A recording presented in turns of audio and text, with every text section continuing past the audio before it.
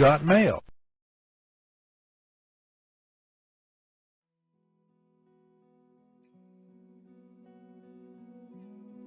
Today's Daily Mail Call comes from the Gospel according to John, chapter 2, 12 through 25, entitled, Jesus Cleanses the Temple.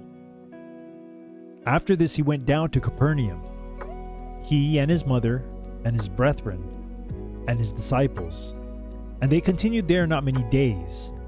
And the Jews' Passover was at hand, and Jesus went up to Jerusalem, and found in the temple those that sold oxen and sheep and doves, and the changers of money sitting.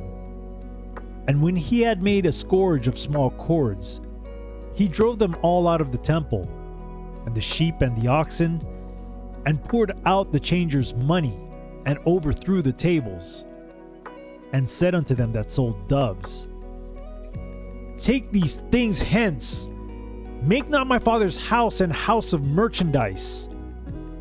And his disciples remembered that it was written, The zeal of thine house hath eaten me up. Then answered the Jews and said unto him, What sign shewest thou unto us, seeing that thou doest these things? Jesus answered and said unto them, Destroy this temple, and in 3 days I will raise it up. Then said the Jews, 46 years was this temple in building, and wilt thou rear it up in 3 days? But he spake of the temple of his body. When therefore he was risen from the dead, his disciples remembered that he had said this unto them, and they believed the scripture and the word which Jesus had said.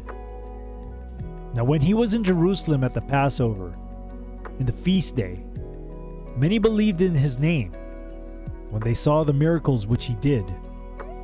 But Jesus did not commit himself unto them, because he knew all men, and needed not that any should testify of man, for he knew what was in man.